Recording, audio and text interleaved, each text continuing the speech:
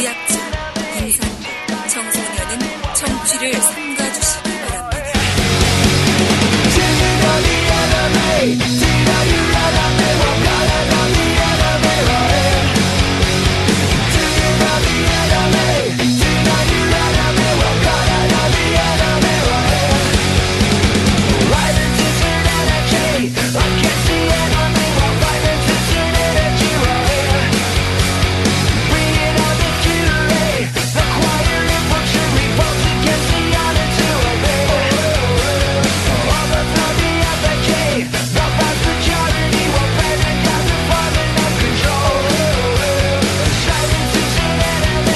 이박사 이 작가 일기 156번째 시간 시작하겠습니다.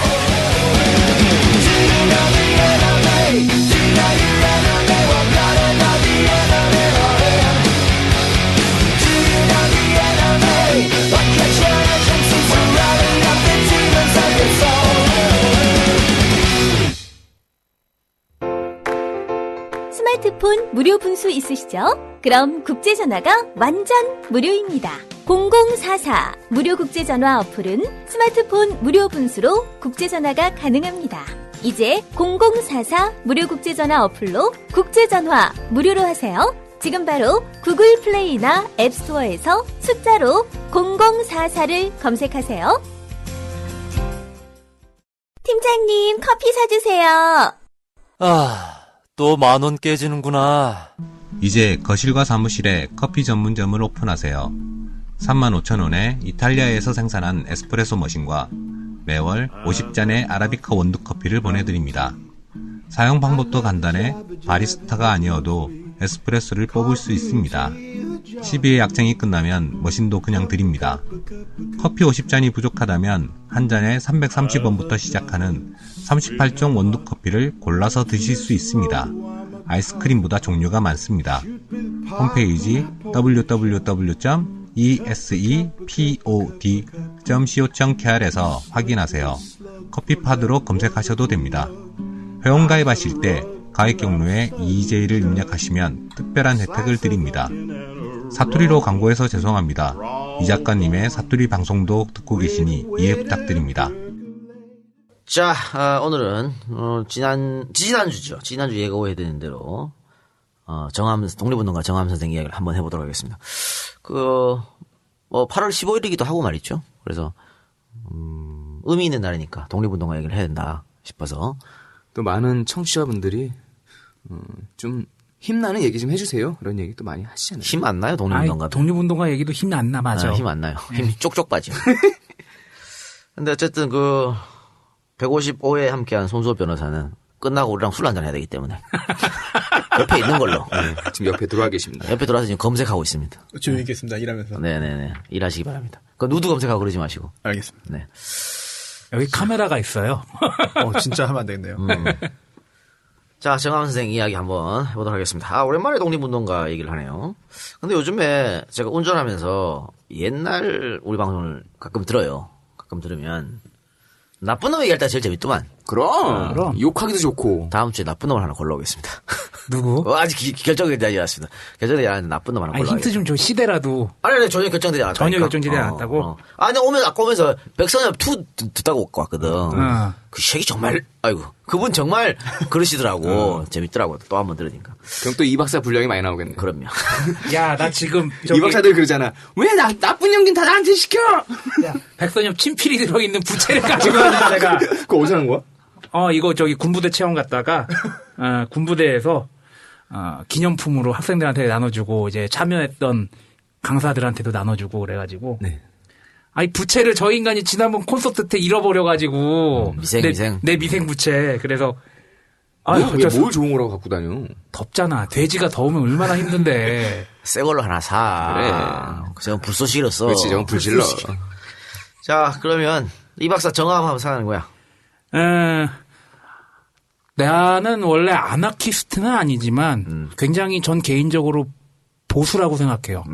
근데 아나키스트에 대한 일말의 동경이 있었거든요. 그래서 가장 이상적인 아나키스트의 모습을 좀 가지신 분이 아닌가라는 생각을 했습니다. 그리고 기록가로서 솔직히 독립운동한 사람 지난주에 잠깐 지난주는 아니지 지난주에 잠깐 얘기 나왔지만 지난 방송에서 독립운동 운동가에 대한 기록이 자서전 아니면 쉽게 안 남잖아요. 네. 근데 객관적인 기록을 담보해 줄 수 있는 기록을 남겨주신 분이다. 예, 이렇게 네, 생각합니다. 시작. 우리가 늘 이렇게 아나키스트, 독립운동가 찾다 보면 뭐 지금 얘기한 대로 자료가 없습니다. 근데 자료가 없는 와중에도 찾아보니까 이분도 우리 약산 그 원봉 장군님 많기로 잘생기셨어요. 얼굴도 잘생겼고 또 그만큼 또 역할도 많이 하신 것 같아요. 그래요. 그 원래 이제 독립운동가를 우리가 한 세 분으로 나누면 민족주의 독립운동가가 있고 공산주의 독립운동가가 있고 또 아나키스트 독립운동가 이렇게 있습니다. 이렇게 있는데 아나키즘을 했었던 분들은 사실 잘 알려지지 않았죠. 거의 알려지지 않았는데 왜 사실 그렇죠? 왜? 아니 그러니까 이거 여기는 남도 북도 아닌 아무것도 아닌 사람들이 돼버렸잖아. 우리가 강복하고 남한 북한 이념으로 갈려져 버렸는데 이 아나키스트는 어디를 갈 데가 없어요. 그렇지. 그래서 아마 그런 점이 있어요. 근데 사실 우리가 우당 특집도 했지만 우당 선생도 아나키스트예요. 아나키스트니까. 아나키즘을 주창하던 분들이 많은 분들이 독립운동을 열심히 하셨다. 이런 말씀 드리겠습니다. 자, 본격적으로 한번 들어가 볼게요. 1919년 3.1운동을 계기로 일제는 더욱 포악하게 이 나라를 억제했습니다. 이에 수많은 독립운동가들이 조선반도를 떠나서 중국이나 러시아로 망명해서 해외에서 조국 강복을 위해 목숨을 건 투쟁을 펼쳐나갔죠. 뭐 조선에서 안 되니까 그렇죠? 너무 핍박받아서. 그래서 해외에서 무장 투쟁으로 우리 머릿속에 깊이 각인된 의열 투쟁 단체는 백범 김구의 한인애국단, 또 약산 김원봉의 의열단 들 수 있겠죠. 백범이 이끌던 단체가 가장 많이 이름을 좀 알리긴 했죠. 그러니까 누가 그러더라고. 이재희는 다 필요 없고 약산하고 의열단 갖고 재조명한 것 그 자체만으로 대단한 일이 됐다고. 우리 얘기가 아닙니다. 저도 그렇게 생각합니다. 야, 우리 방송 중에 약사를 누가 알았어? 우리가 해줬으니까. 참 뻔뻔한 놈이야. 자기 자랑을 하면서 눈빛 하나 안 흔들려요. 그런데, 백범은 그래서 1931년 11월에 한인애국단을 결성하고 1932년 1월에 우리 뭐 기구특집에서 했습니다만 바로 이봉창 의사가 의거를 시작했죠. 그리고 3월에 유진식, 이석주 선생의 의거, 또 4월에 윤봉길 선생의 의거, 5월에 최응식의 의거 등을 잇따라 일으키면서 조선 백성은 물론이고 중국 인민들의 사상까지 각성하게 만들었습니다. 장제스가 윤봉길 의사의 의거를 보고 나서 4억 중국인이 못한 것을 한국인 한 사람이 해냈다라고 말한 것은 결코 공치사가 아니었던 것이죠. 또 중국에서 백범의 라이벌로 불렸던 약사는 한인 애국단보다 먼저 무장 투쟁을 실시했습니다. 그게 의열단이고 이건 약산 특집을 했으니까 넘어가겠습니다. 그리고 이제 우리 방송에서 할 남아 한인 청년 연맹입니다. 네. 이 남아 한인 청년 연맹이 우당 선생과 정아은 선생이 협심해서 네. 이끌어서 무장 투쟁을 본격적으로 했던 그런 단체인데 사실은 뭐 한인 애국단만 우리는 알려줬고 의열단도 잘 모르고 이 남아 한인 청년 연맹도 잘 모르죠. 더 모르죠. 더 모르죠. 의열단보다. 의열단보다 더 모르죠. 그래서 우리가 오늘 정아은 선생을 주제로 갖고 왔다 하는 것입니다. 자, 일제 만주 침략이 본격화되자 중국에 있던 독립운동가들은 지금과는 좀 다른 보다 적극적인 무장 투쟁을 할 필요성을 느꼈고 이에 중국에서 활동하고 있던 모든 무정부주의자들 소위 말해서 아나키스트라고 하죠. 이분들이 세력 규합에 나섰습니다. 그렇게 해서 1931년 9월 남아 한인 청년연맹이라는 무정부주의 무력단체가 탄생한 것입니다. 자, 볼까요? 저 한인 애국단과 남아 한인 청년연맹 만들어진 것이 거의 비슷한 시기에 만들었습니다. 의열단이 제일 먼저 만들어졌고 이 두 단체가 비슷하게 만들어졌다. 그런데 우리는 이들을 기억하지 못하는 것이죠. 안타깝죠. 네. 이 남아 한인 청년연맹은 혈전으로 탈환한 우리 조선에 일찍이 우리 민족을 마음껏 착취 압박하여 결국 일제에게 이 토지를 빼앗긴 그 재앙을 다시 만들 것인가? 그렇지 않으면 전 민중의 100분의 1도 못 되는 자본가 계급의 권력을 위임하여 전 민중을 다시 기아에 빠뜨리려고 하는 일제로부터 우리의 자유를 탈환할 것인가? 또는 농민 노동자만의 당임으로 안심할 수 있다고 자칭하면서 당의 독재를 실행하여 소수위원 또는 간부의 권력 투쟁을 증대시키는 공산 러시아와 같이 암담한 국가를 건설하기 위해서인가? 라는 창립 선언문을 통해 왕조 건설로의 복귀도 안 되고 자본주의로의 전환도 안 되고 공산사회 건설도 안 된다. 라면서 모든 제도적 이념을 부정한 것이죠. 그래서 이제 무정부주의를 주창을 하게 된 겁니다. 그러면서 적극적인 활동에 나섭니다. 일본 제국의 요인을 암살하고 기관을 파괴합니다. 1933년 주중 일본 대사였던 아리요시 암살 미수 사건을 시작으로 왕징의 저격 사건, 샤먼 일본 영사관 폭탄, 투탄 의거, 텐진 일본 영사관과 텐진 일청기선 투탄 의거 등을 일으켰고 밀정, 옥관빈, 이용로 등을 처단했습니다. 이런 남아연맹을 이끌던 지도자가 바로 전북 김제 출신의 화암 정현섭 선생입니다. 당시 중국에는 일본이 가장 두려워하는 조선인 3명이 있는데 그들은 백범 김구, 약산 김원봉, 화암 정현섭이다 라는 소문이 돌 정도로 화암의 의열투쟁은 백범이나 약산 못지 않았습니다. 당시 중국에 돌던 이 소문, 일제가 제일 겁나는 사람이 백범, 약산, 화암이다. 이거를 누가 말해줬냐? 화암 선생이 말한 겁니다. 본인께서. 나보다 더 심한 사람이야, 자기 자랑이. 야, 그때 그랬다니까! 이러면서 본인이 말한 겁니다. 근데 본인이 말해주니까 우리가 아는 거 아니겠습니까? 누가 안 말해주면 어떻게 알아? 이게 말해줘야 하는 것이죠. 그리고 저희가 늘 말씀드립니다만, 약산 선생이, 그 여자 좋아하고 뭐 이런 거. 화암 선생이 다 말해준 거예요. 백범 선생이 중국 여자 만났었어. 야, 우리끼리 얘기하는 거지만, 누가 얘기했어? 화암 선생이 얘기해준 거예요. 필요하다. 그런 부분도라고 하는 것이죠. 예. 경쟁자들의 허리 아래 이야기를 매우 자세히 또 말씀해 주셨습니다. 본인 얘기도 했어. 본인 얘기도. 내가 뭐 누구랑 같이 동거하고 뭐 얘기했어. 그러니까 뭐. 아나키스트들 멋있나 봐 이렇게. 멋있죠. 멋있죠. 그리고 목숨을 내놓고 살았던 사람들이기 때문에 늘 하루하루가 절박하고 내일이 없잖아요. 에너지가 있고. 있고. 그러면 그런 모습에 또 여자들이 확 와요. 그러니까 내일이 없는 사람들한테 여자들이 잘 갑니다. 이 새끼 봐 세작. 이 새끼 내일이 없거든.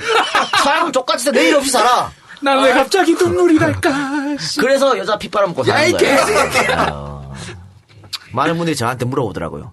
세작 여자 핏바람 먹고 사시냐고. 내가 언제 방송에서 거짓말한 거 맞습니까? 내가 항상 이야기하고 있죠. 마음대로 해라. 자, 정화암 선생은 본명은 정현섭입니다. 화음은 이제 호가 되는 것이죠. 1896년 9월 14일에 전북 김제군 올천면 장아리에서 부친 정환정과 모친 진주강 씨 사이에 7남매 중 장남으로 태어났습니다. 어머니 진주강 씨의 아버지인 강진사는 그러니까 누굽니까? 외할아버지지. 화암의 이 외할아버지는 정현섭이 태어나던 그 해에 동학운동에 가담했다는 이유로 참수형에 처해졌습니다. 정현섭의 모친은 아버지의 처형 장면을 두 눈으로 지켜봤고 당시 이 여인의 배 안에는 만삭의 정현섭이 있었습니다. 이 장면이 화암 선생이 평생 양지 바른 따뜻한 자리를 포기하고 어려운 가시밭길을 헤치는 아나키스트이자 독립운동 혁명가로서의 삶을 반추하는 그런 모습이 아닐까 합니다. 이게 그 자기 엄마가 자기 아버지가 목 날아가는 거를 받는 거 아니야. 그렇죠. 그 뱃속에 이 만삭의 아기를 두고 애가 다 알아요. 영향이 있죠. 있다니까 그 스트레스. 여기에 막 무근무부 혹세무민 그 만장 걸려있고 모가지 쓱쓱 베는데 자기 아버지가 돌아가시는 그 배부른 진주 강씨 그 정화암 선생 어머님의 모습을 상상하시면은 네. 그럼요. 또 이 아버지가 그러니까 정 선생의 외할아버지가 뭐 죄져 가지고 목 날아갔어? 아니거든. 같이 혁명을 한번 하려다 이러던 거 아닙니까? 그러니까 더더욱 그렇겠죠. 그러니까 이런 피가 정 선생한테 흘렀다. 이렇게 볼 수 있겠죠. 그러니까 우리가 유일하거든요, 사실은. 거의 태어나면서 한 살은 다들 만나 있잖아요. 외국에 일본도 그렇고 뭐 미국도 그렇고. 한국만 그렇게 우리만 하죠. 태어나면 바로 한 살이잖아. 그거 왜 그런지 알아? 배 불렀을 때 10달까지 포함하기 포함하는 때문에 거예요. 그러니까 뱃속에도 이것도 생명이야. 다 아는 거야. 그렇기 때문에 충분히 아마 느꼈을 거라고 저는 생각합니다. 정 선생은 어렸을 때 기본적으로 한학을 공부했고요. 신진 서양 문물이 들어오자 이것에도 관심이 있었습니다. 그런 그가 세상에 나온 때는 그의 나이 24세가 되던 1919년이었습니다. 1919년이 뭡니까? 3.1운동이라는 그러니까 그때 나왔는 거예요. 전국에서 벌어진 그때였죠. 더 이상 야만적인 일제의 통치와 나라 없는 서름을 참고 견딜 수 없다라고 분연히 책상을 박차고 나와 도해지였던 전주로 나갔다가 그곳에서 세상 돌아가는 것을 기동량한 다음에 다시 서울로 상영합니다. 그리고 서울에서 3.1 만세운동을 경험하는 것이죠. 더 이상 나라 이룬 서름을 도저히 참을 수가 없다고 해서 안동에서 박차고 서울로 올라서 500에 50짜리 살면서 550이었어? 30 아니야? 50이었어. 550이었어. 선배 24살 때 뭐 했나? 기억나나? 학생이 군대 있었죠. 그때는 법무관도 아니었지? 예, 저는 땅게. 땅게. 예. 그때 나라 생각하고 이렇게 하셨습니까? 아니요.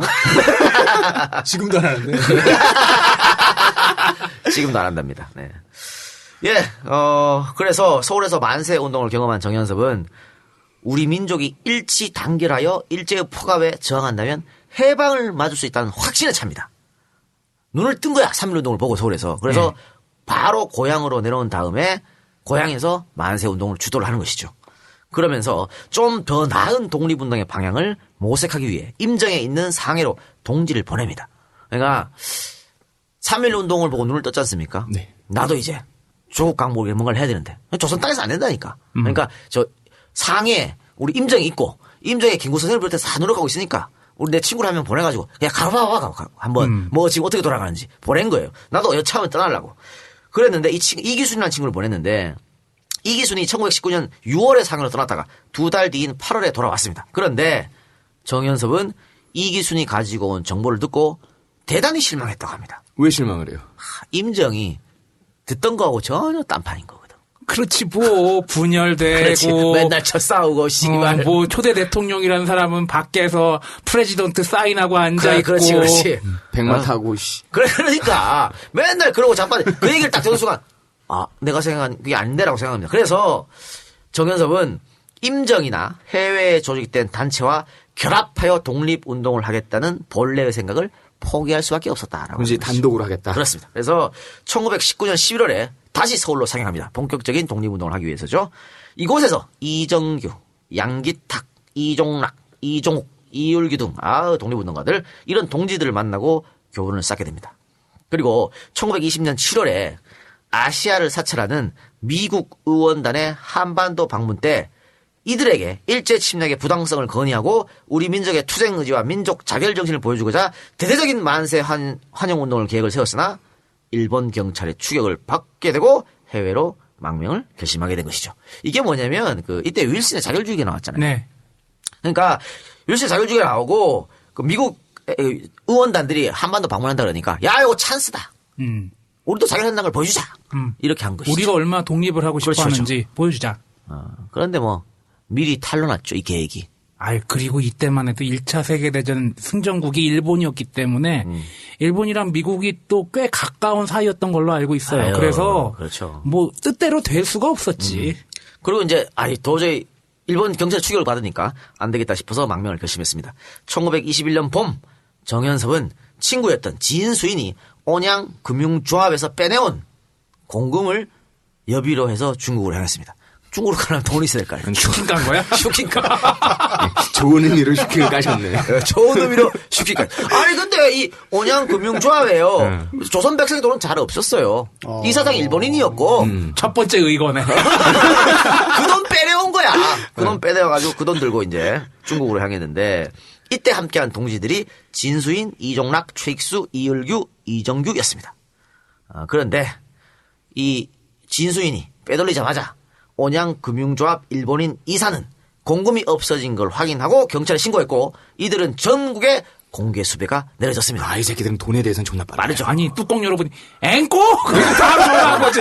어디 갔어 했는데 이거 이때 사라진 거야. 담당자가 야 잡아 이렇게 해서 그래서 이제 문제는 중국으로 가기 전에 잡힐 수 있는 그런 상황이 빠진 겁니다. 그래서 무사히 조선을 떠나서 중국으로 가는 것이 쉽지 않게 된 것이죠. 네. 어찌 산 넘고 물 건너 바다 건너가지고 국경지대인 압록강까지 왔습니다.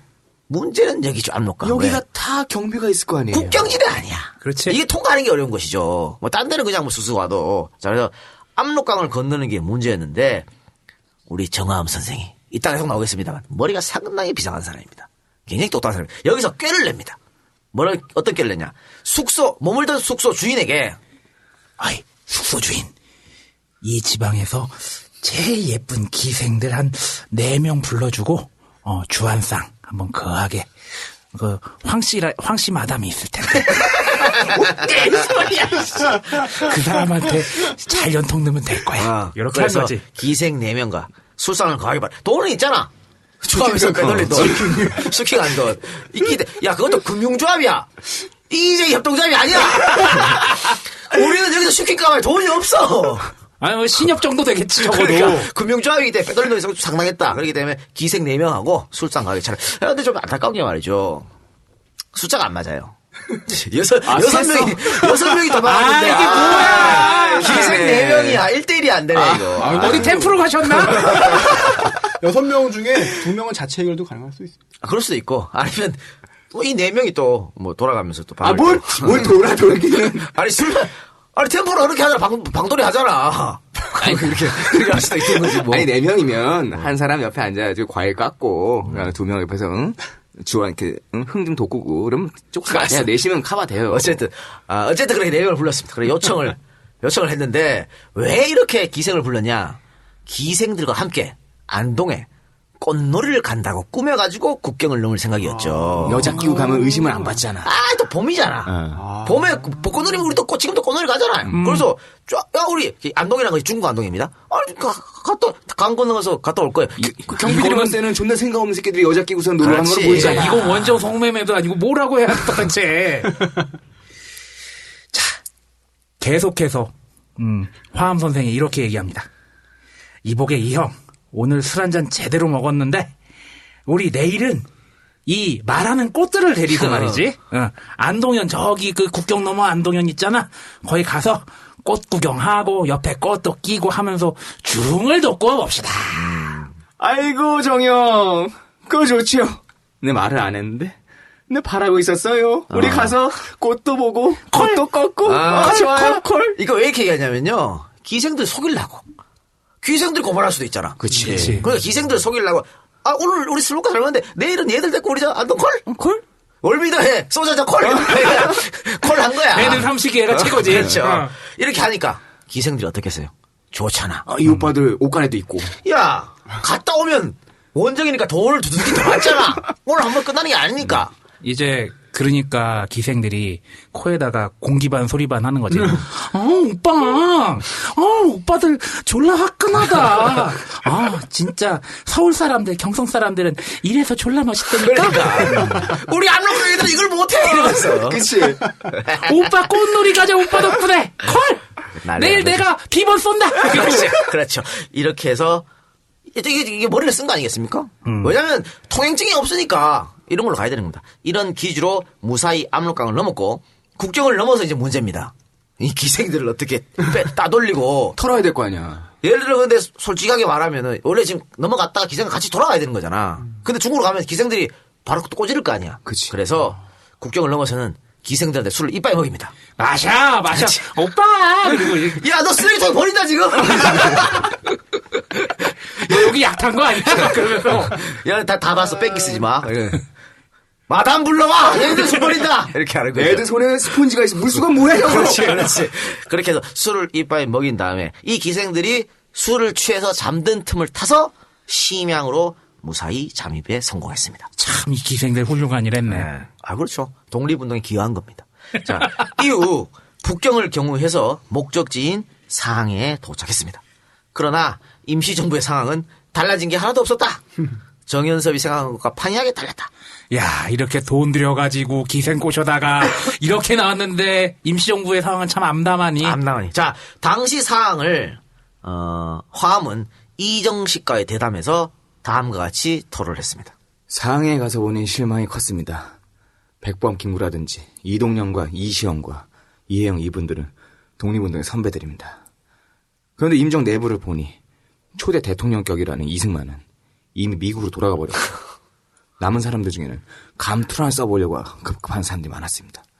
더욱이 재정도 충분하지 못했고 상당히 퇴색되어 있었어요. 상해의 산지에 있는 교포를 통합하여 그 질서를 잡고 새로운 기반을 닫기에는 너무나 힘이 미약했습니다. 설사 이것이 이루어진다 하여도 많은 시일이 필요했습니다. 선배들을 찾아가 항일운동에 대한 그분들의 계획이나 우리 행동에 대한 협조를 구해도 너무나 나약하고 우리의 기대하는 너무나 거리가 먼 이야기들 뿐이었습니다. 그렇죠. 정말 이 김구라든가 이동영, 이시영, 이회영 우리 선배들 저 선배들을 하고 같이 독립운동 하려고 갔는데 뭐 씨바 초대 대통령이 미국을 가버렸고 남아있는 사람들은 감투나 쓰려고 그러고 이 뭐야 이거 짜증 확 나는 것이죠. 예. 그래서 실망감을 느꼈다는 거고 그 앞으로 이 정암 선생이 본인이 얘기하는 것은 다 이정식 씨하고의 대담에서 발췌를 한 것입니다. 네. 이렇게 실망감을 느낀 정화암 선생은 결국에 귀국을 선택합니다.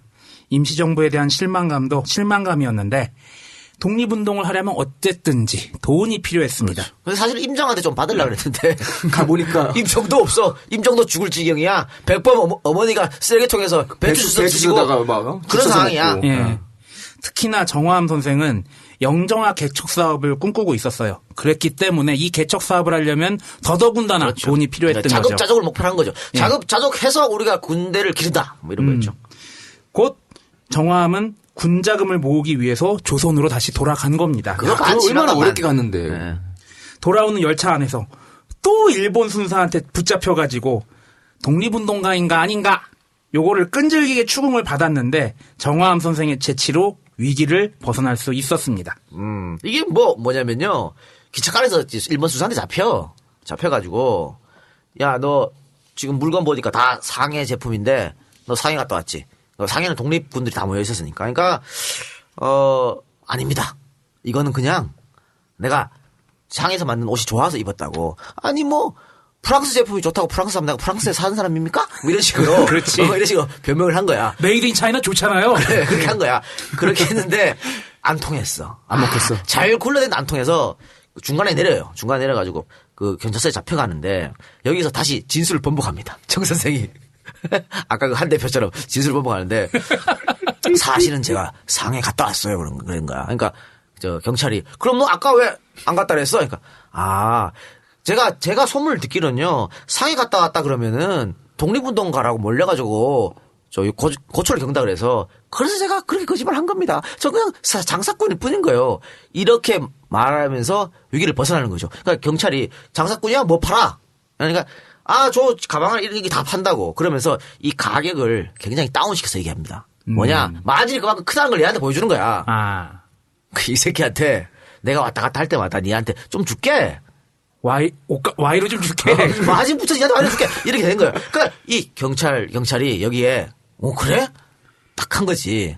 그래가지고 경찰서장한테 이 사람 괜찮은 사람이고 이렇게 쉴드를 쳐준 거예요. 근데 경찰서장이 또 그래도 못 믿겠으니까 고향에 신분조회를 해보라고 주소를 통해가지고 이렇게 말합니다. 근데 정 선생이 아무 주소나 막 댔거든.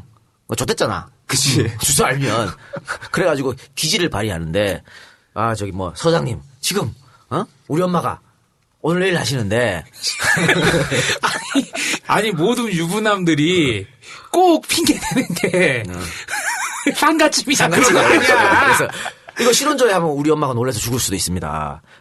제가 왜 표를 경성이 아니고 개성까지 끌었냐면 왜? 개성에서 내려가지고 우리 엄마 아파서 인삼 살려고 그랬어요. 개성 인삼. 이게 이렇게 머리에서 그냥 솔솔 나오는 거야. 재치 장난 아니다. 장난 아니라니까. 그 와중에 잡히면 작살 나는데 그러면서 차라리 신혼조회 하지 말고 경찰 한 명을 나한테 붙여달라. 그래. 그럼 이 사람 같이 갔다 오겠다. 그럼 괜찮지 않냐?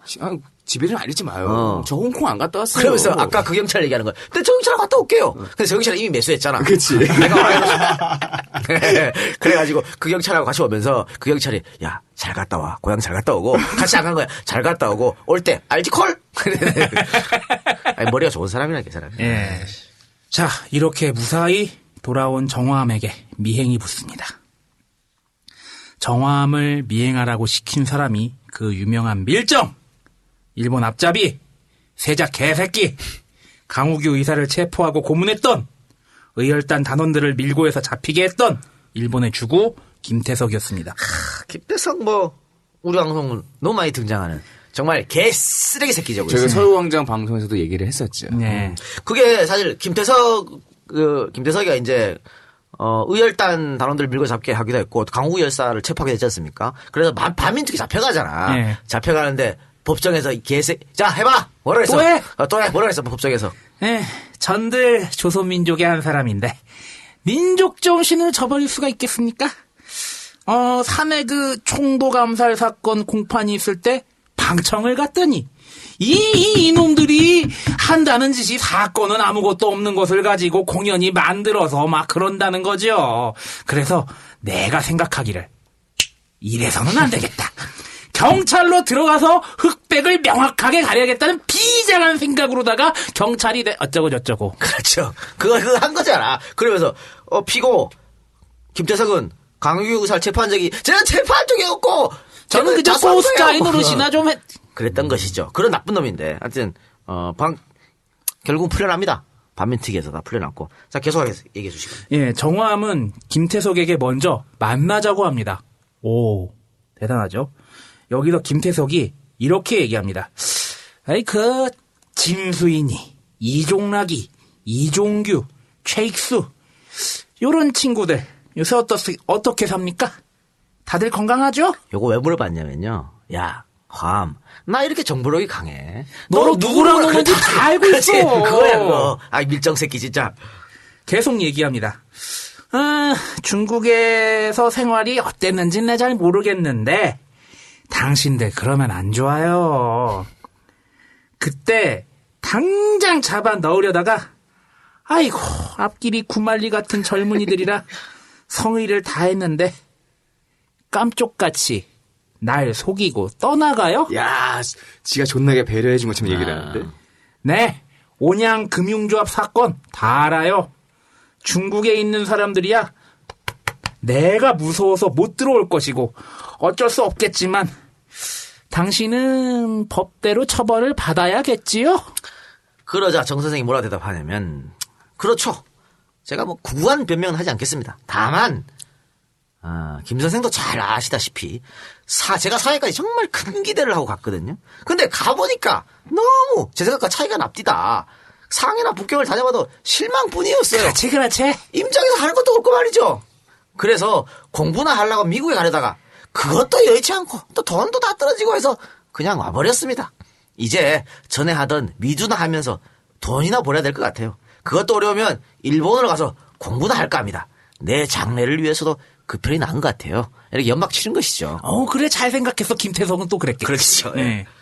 그리고 화암은 김태석의 의심을 덜기 위해서 진짜로 쌀장사를 시작했습니다. 어느 정도의 돈을 모은 화암은 1923년 8월 중국으로 다시 건너갑니다. 그리고 이회영, 신채호, 김창숙, 백정기, 유자명 등과 교유하며 독립운동 활동을 벌였습니다. 그해 겨울에 김창숙은 자기와 가깝게 지내던 김다라가 밀정임을 깨닫고 여러 번 얘기 나왔죠. 그를 처단하기로 마음을 먹었는데 요러려면 또 역시 돈이 필요했습니다. 김창숙은 정화암에게 돈을 마련할 것을 지시했고 정화암은 매국노가 관리하던 폐부를 훔쳐서 두 번째 의거입니다. 자금을 확보했습니다. 결국 김다라는 다물단 단원들에게 처형되었습니다. 네, 김창숙도 집에 나온 것 같은데. 김다라는 으악! 그렇죠. 근데 이게 화암 선생이 말이죠. 배포 재치도 좋지만 배포도 좋아요. 그러니까 이게 이런 거 막 물건 훔치라고 나중에 은행도 털거든. 근데 갈 때 총이 어디 있어? 그러니까 주머니에다가 종이 꾸깃꾸깃 말아해가지고 총처럼 야 움찔움찔 해가지고 안 보여 이거? 총도 없었어. 참 어렵게 살아셨습니다. 네. 1924년 4월 말에는 이회영, 이을규, 백정기, 유자명 등과 함께 제중국 노선 무정부주의자 연맹은 결성을 합니다. 기관지 정의공보를 발간했습니다. 정의공보는 민족주의 진영 내의 파벌주의를 비판하고 공산주의와 흥사단의 무실 역행운도 비판을 했습니다. 정의공보는 이후 탈환으로 이름을 바꿉니다. 계속 발간을 이어나갑니다. 그러나 제중국 조선 무정부주의자 연맹은 곧 극심한 자금난에 시달리게 됩니다. 이게 돈이 없으면 못해요. 모두 뿔뿔이 흩어지게 됩니다. 당시 돈이 얼마나 없었나. 600억 원의 재산을 털어서 중국으로 가서 독립운동을 했던 이회영의 당시 모습을 살펴보도록 하겠습니다. 김창숙의 회고입니다. 이회영도 여기 무정부주의자 연맹에 가입해 있었기 때문에 같은 멤버라고 할 수 있겠죠. 요것도 저희 방송에 나왔던 내용이었죠. 하루는 내가 우당을 집으로 찾아가서 함께 공원에 나가 바람이나 쐬자고 청하였더니 거절하였다. 그의 얼굴을 살펴보니 잠옷 초췌한 빛이 역력했다. 내가 마음속으로 의아하게 생각하여 그의 아들 규학에게 물었더니 이틀 동안 밥을 짓지 못하였고 의복도 모두 전당포에 잡혔습니다. 아버지께서 문 밖으로 나서지 않으려는 것은 입고 나갈 옷이 없기 때문입니다. 하여 나는 깜짝 놀라 주머니를 털어 땔감과 식량을 사오고 전당포에 잡힌 옷도 찾아오게 하였다. 이윽고 규학이 의복을 들고 와서 올리니 우당은 이것은 심산 선생한테서 나온 것이 아니냐고 하기에 나도 선생이 나한테 실정을 말씀하지 않다니 원망스럽소이다 하고 서로 한바탕 웃었다. 그로부터 우의가 날로 더 친밀해졌다. 정호함도 이회영의 빈곤함을 증언했습니다. 1927년 7월 상해로 갔던 백정기에게 연락이 왔다. 천주로 오라는 것이었다. 상해까지 가려면 천진을 거쳐야 하므로 그곳 동지들의 근황도 알아볼 겸 천진에서 내렸다. 남계의 우당 이회영 집을 찾아갔더니 여전히 생활이 어려워 식구들의 참상은 말이 아니었다. 끼니도 못 입고 굶은 채로 누워 있었다. 학교에 다니던 규숙이의 옷까지 팔아서 겨우 입에 풀칠할 정도였기 때문에 누구 하나 나다니지도 못하는 형편이었다. 천주에 못 가는 한이 있더라도 사람부터 살려야 했다. 상해에 갈 여비를 털어 음식을 사다 주니 우선 아사는 면했으나 나는 상해로 갈 여비가 없어 발이 묶여버렸다. 더구나 내가 입고 있던 옷과 신발까지 팔아서 먹을 것을 마련해야 했다. 600억을 갖고 있던 이회영 선생이 다 자신의 재산을 털고 이렇게 온 가족이 얼마나 배가 고프면 누워있어 사람이. 움직이지를 못해. 그리고 이게 보통이 아니고 굶어 죽기 직전이었다는 그렇죠. 거 아니에요. 결국 화암은 상해까지 도둑배를 타고 떠날 수밖에 없었습니다. 돈을 다 털어서 이회영 줬으니까 표가 없어가지고 그냥 공짜로 탄 거예요. 탔는데 표검사에서 걸리지 뭐. 표검사에 걸렸는데 존나 당당하게 미안해. 나 사정이 씨발 사정이 있다니까. 내가 내려서 줄게 내려서. 진짜 씨발 이랬다. 전에 그래도 중국 애들이 전화 이런 새끼가 다 있나 씨발 그랬다 그래요. 근데 또 이제 상해까지 가려면 존나 멀잖아요. 네. 그래갖고 정말 나머지 있는 돈 하나 가지고 뭐 두부 같은 게 샀대. 먹으려고. 그러니까 그거 손 안에 들고 공짜로 타고 내일 번 줄게. 이래가지고 지금 중국 애들이 저거 그냥 끌어서 바다에 던지라고 뭐 그랬다 그래요. 그런데 마침 그때 어떤 학생이 뒤에서 선생님 잠깐만요 저 혹시 아시지 않습니까 하면서 이 차비를 대신 뱃삭을 내줬다 그럽니다. 근데 이 청년이 누구냐면 중국에 당시 우리 유학생들이 많았지 않습니까? 네. 근데 유학생들이 독립운동하는 사람들 말고 그냥 돈이 써온 유학생들. 맨날 노름판에 노름하고 똑같지 뭐 지금. 그치. 지금 미국에서 유학생들이랑 카지노 가서 똑같잖아. 노름하고 이랬는데 정하암 선생님 걸려가지고 존나 당했거든. 판 뒤집었고 이 새끼들이 나라 이런 백성이 개새끼들아 그랬단 말이야. 정신 차려 이 새끼들아. 부모님이 많이 했단 말이야. 그 학생 중에 한 명이 이별을 탄 거야. 야, 선생님 때 많은 걸 배웠습니다. 뱃삭을 대신 내준 것이죠. 위기를 넘긴 건데 그냥 늘 잘해야 돼. 항상 옳은 일만 하고 다녀. 그래 이런 일도 있다고 하는 것이죠. 참 운도 좋으셨네. 그러니까 운도 좋으셨어요. 운도 좋았으니까 해방을 보셨죠. 해방 못 보고 돌아가신 독립운동가 얼마나 많아요. 그렇죠. 네. 또 이 화암과 가장 친한 독립운동가가 이강 선생이었습니다. 이강은 안창호와 함께 독립운동을 했고요. 신민회를 만든 주역이었으며 안중근 의거, 강우규 의거에도 관여한 성격 괴팍한 독립운동가였습니다. 젊은 독립운동가들이 이런 이강을 보고 저 영감 성격이 저래가지고 안 되겠어. 도대체 포용이하고는 할 줄 몰라. 라며 불만을 토로하자 이를 듣고 있던 안창호가 이 사람들아 이강에게서 그것을 빼놓으면 무엇이 있느냐. 고집 부리는 것이 이강이야. 라고 말했을 정도라고 합니다. 곤조 부리는 것이 이 작가죠. 자, 이강은 백범과 사이가 좋지 않았는데요. 이강의 처가 병을 앓아서 사경을 헤맬 때였습니다. 수술비가 필요했던 이강은 백범을 찾아가서 돈 몇십원만 빌려달라고 사정을 이야기합니다. 그때 임정은 윤봉길의 의거로 여유 자금이 있었을 때였습니다. 짱제스가 돈 엄청 갖다 줬잖아. 그렇죠. 네. 근데 백범은 조금만 더 참아라. 지금은 돈이 없다라고 매몰차게 거절했습니다. 성격 괄괄한 이강이 가만히 있을 리가 있었겠습니까? 아니 저놈들 돈 몇십 원이 없을 리가 없는데 나한테 이럴 수가 있는 거야? 백범이 세상에 나에게 이럴 수가 있나? 세상이라는 것이 과연 이렇게 박정하구나. 라면서 성토했고 결국 이강의 처는 이국당에서 사망하고 말았습니다. 여보! 김구이 그럴 수밖에 없죠. 근데 백권 선생님이 좀 답답한 면이 없지 않아 있었다는 얘기들이 많이 있잖아요. 그러니까 좀 돈 좀 줬으면은 같은 독립운동가의 동지 아니야. 그렇지. 좀 안타까운데. 근데 나중에는 또 뭐 같이 임장에서 일하고 그랬습니다. 많은. 그거는 이제 대의를 위해서 했겠죠. 네. 속은 뭐 물 끓였겠지. 근데 또 꼭 글쎄요. 이강 선생이 또 이후에 후철을 얻으셨기 때문에. 슬픈 일이 아니네요. 갑자기 그런 얘기를 붙이지 마. 아이고, 그래서 욕먹는 거야. 두 번째 아내하고요. 그러니까 두 번째 아내가 이강 선생 돌아가실 때까지 옆에서 보필을 했기 때문에. 그러니까요. 꼭 이게 나쁜 건 아니라고 좀 봐요. 아니 갑자기 후처 얘기 나오니까 손 변호사 갑자기 개입하는데. 이혼하고 싶어요? 예? 이혼하고 싶어요? 아직은. 이혼 전문 변호사 붙여드릴까요? 아니 본인을 할 수는 없잖아. 제 처가 이런 얘기를 하더라고요. 저랑 이혼하게 되면은 정말 일 잘하는 변호사를 해가지고 할 테니까 너는 못 이긴다. 각오하라고. 각오해라. 요 얘기를 거의 그대로 이 작가가 이 작가 와이프한테 얘기해요. 제가 그랬죠. 나 김현장 사서 쓸 거야. 아예 날 이길 생각하지 마. 자, 이강 선생은 성격도 팍팍했지만 외모도 굉장히 특이했습니다. 그러니까 젊었을 때 사진은 지금 없는데요. 좀 나이 드실 때 사진이 있는데 키도 굉장히 작고 좀 개팍하게 생기셨어. 조금 잘생기진 않으셨습니다. 정말 이 작가랑 비슷하다. 얼굴도 볼품이 없었다 그랬는데 이거는 이제 정화암 선생의 증언입니다. 제가 볼품 없었다고 말한 건 아니고. 아니 이 작가는 요즘 볼만하다는 사람들이 많아요. 감사합니다. 자, 그래서 어느 정도였냐? 일경이 이강을 체포하고 나서 야, 너 진짜 이강 맞아? 아닌데 이거? 뭐 이강이 있다고 생겼어? 이렇게 몇 번씩이나 물어봤을 아니 왜 그렇게 물어봐요?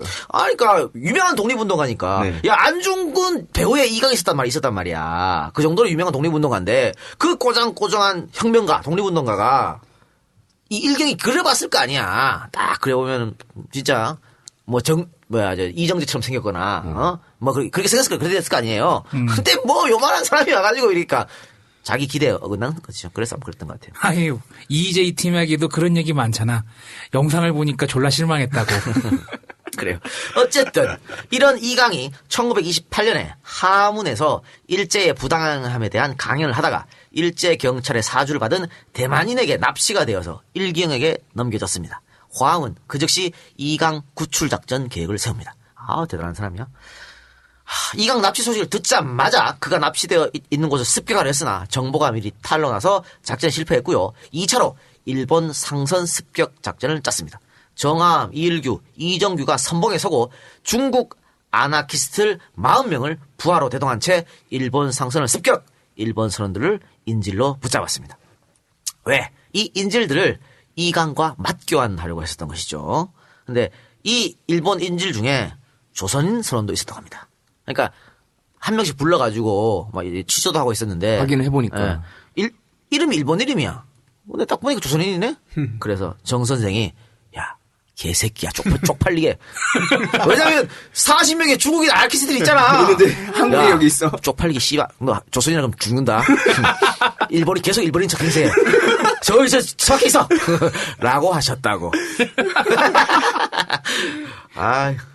역시 위트도 있으신 분이야. 예. 그래서 이 일본 선원들을 인질로 잡고 있으니까 이강과 교환하자라는 내용의 글을 중국 신문에 보내기도 했습니다. 일본 애들이 이걸 봐야 교환하자 그럴 거 아닙니까? 그래서 일제는 이 신문을 보고 처음에 일본 영사관이 나서더니 결국 일본 외무성까지 이 사건을 뛰어들어 중국 정부에 압력을 넣었고 중국의 남경 정부와 복건성 정부는 다시 정화암에게 선원들을 풀어주라고 압력을 넣었습니다. 이게 지금으로 치면은 배 하나 납치해가지고 인질극 벌인 거 아니야? 그렇죠. 어떻게 보면. 그래서 풀어주라 안 된다라는 협상 중에 이강 선생이 도쿄로 이미 이첩되었다는 소식을 늦게 들은 것이죠. 이제 뭐 인질을 찾고 있을 이유가 없죠. 인질의 효과가 없는. 정암생 가버렸는데 일본으로. 그래서 정암은 풀어줘야 되는데 씨파이 외놈들 내가 애써 붙잡았는데 그냥 풀어지기 싫어가지고 이 외놈 선원들을 한 줄로 묶어서 나는 일본 천황을 대신해 모든 무산대중과 시민에게 사과합니다라고 쓰여진 종이를 앞뒤로 붙인 뒤에 천주 중심가에 중산공원으로 끌고 가 행진을 시켰습니다. 망신을 준 거죠. 일본 망신을. 메시지를 전달한 거네. 이거 왜? 박정희가 나는 깡패입니다. 이거 네. 이정재한테 붙여가지고 한 거 그거랑 똑같은 것이죠. 그거랑 비교한다기보단 뭐랑 비교? 아니 그런 그 장면이 비슷하다고. 자, 한편 이강은 평양으로 호송이 되어서 징역 3년형의 언도를 받고요. 평양 감옥에서 옥고를 치렀습니다. 그리고 추록하자마자 다시 고국을 탈출하여 이거 감옥 갔다 오기 때문에 불량선원이거든. 불량선임. 감시 대상이잖아. 근데 바로 또 탈출합니다. 탈출해서 중국 복건성으로 망명해서 해방이 될 때까지 독립운동에 매진했습니다. 해방 후 귀국해서 서울 남산고등학교를 설립하고 후학 양성에 힘쓰며 독립운동가들의 행정 발굴에 여생을 바쳤습니다. 근데 지금 이 남산고등학교 없는 것 같아요. 들어본 적 있어요? 못 들었는데. 없죠. 이거 없어진 것 같아요. 지금 인가 취소 막 그런 데 것 같아요. 어쨌든 1962년 건국훈장 독립장이 추서되었고요. 2년 뒤인 1964년 86세를 일기로 영면하셨습니다. 그가 사망했을 때 그의 집은 9명이나 되는 대식구가 한 집에 살고 있었는데 9이나 되는 식구들의 생계는 당시 최신부 주사로 있던 장남이 오로지 책임지고 있었습니다. 국가에서는 개좆도 해준 게 없다라는 얘기죠. 이런 시절 누가 독립운동하겠어? 그러면은 이 독립운동가의 식구들을 말단 공무원 한 명이 다 먹여 살린 거 아니야? 야, 그래, 요즘이야, 사실은. 공무원 그러면, 이러지만, 이때 60년대 공무원은 진짜, 야, 시켜서도 안 한다 그랬어. 그렇잖아. 예. 그런데 그 정말 박봉에 9명을 어떻게 먹고 살렸어? 아유, 나라에서 이건 도움을 줘야지. 아니, 훈장까지 줬으면서 말이죠. 봐봐, 독립운동을 하고 왔더니, 나라에서 나한테 해주는 건 없고, 그 후손들은 처음부터 교육이나 뭐 기타 어떤 이런 것도 받지도 못하잖아요. 그러니까 본인이 갖고 있던 재산은 다 털어가지고 학교 설립한 거 아니에요. 지금의 비리 사학자 이런 게 아니잖아. 그리고 다 설립해갖고 돈이 없으니까 단칸방에 사는 거 아닙니까? 9명이나 내 식구가. 이제 광복절 70주년 중에 정말 너무 아픈 독립운동가 이야기입니다. 마지막까지 이렇게 안 좋게 생활하셨으니까. 또 이강 선생의 자손들, 이강 선생의 자손들 또 우리 사회에서 소위 말하는 지도권층, 기득권층이 올라갔을 것 같아요? 아니거든. 그러니까 친일을 하면 김무성이 집안처럼 친일을 하고 그러면 대대로 잘 먹고 잘 사는 거고. 너 소송당한다. 해라 씨발. 독립운동가들은 어떻게 제가 다가면 변호인단에 이름 올려줄 겁니까? 네. 네. 약속 받았습니다. 도움이 될지 모르겠습니다. 제가 올라가는 게. 이름 올리는 거야 뭐. 제가 변호인단은 무현이 형이 변호인단은 엄청나게 이름 올렸잖아. 근데 그거 갱신하려고. 네. 예. 156회 1부는 여기까지만 하고 잠깐 쉬었다가 광고 듣고 오겠습니다.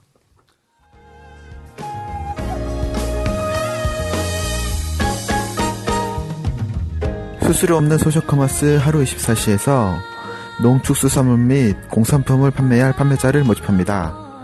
www.haru24si.com 혹은 010-5904-9345로 문의 주시면 됩니다. 특히 EJ 가족 여러분들이 판매자로 등록하여 주시면 믿고 이용할 수 있는 하루 24시가 될 것 같네요.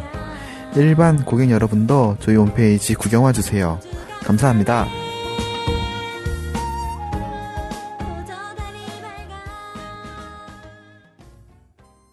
야, 이분이 이 박사 깔아네. 혀가 많이 짧으시네. 앞에 발음이. 근데 수수료 없는 써션. 야, 혀 짧은 사람들의 비애를 너는 몰라. 그래요? 혀 짧으면 불편한 게 있어요? 많지 뭐. 계속 시옷 발음 세고. 여기 혀 뭐라 그러지? 혀 밑에 여기를 잘라내고 싶을 때도 가끔 있었어요. 예전에. 그래요? 난 이 박사 그렇게 혀 짧다는 생각 안 해봤는데. 네, 짧아. 대변인 회의에 대변인 한 분이 혀가 되게 짧더라고. 짧으시고. 그래도 대변인 하시잖아. 독립운동가들을 고문했던 일제 앞자기 개새끼들이 혀 뽑는 고문을 많이 했는데. 그게 생각이 나네요. 어쨌든 수수료 없는 소셜 커머스입니다. 소셜 커머스를 왜냐면 수수료가 없다니 대단한 거네요. 하루 24시. 하루 24시.com. 그러니까 haru24si.com이죠, 그죠? 네네. 근데 뭐 하는 곳인지 저는 잘 모르겠는데. 그러니까 여기 들어오셔가지고 여기서 물건을 입점을 해서 이제 파시는 거죠. 판매자를 모집하는 거죠. 판매자를 모집하는 그러니까 지금 제품이 몇 가지 안 돼요. 이분이 지금 이 사이트를 개설한 지 얼마 안 되거든요. 그래서 판매자를 모집해서 판매자가 많아지면 가격도 싸지는 거고, 그렇죠?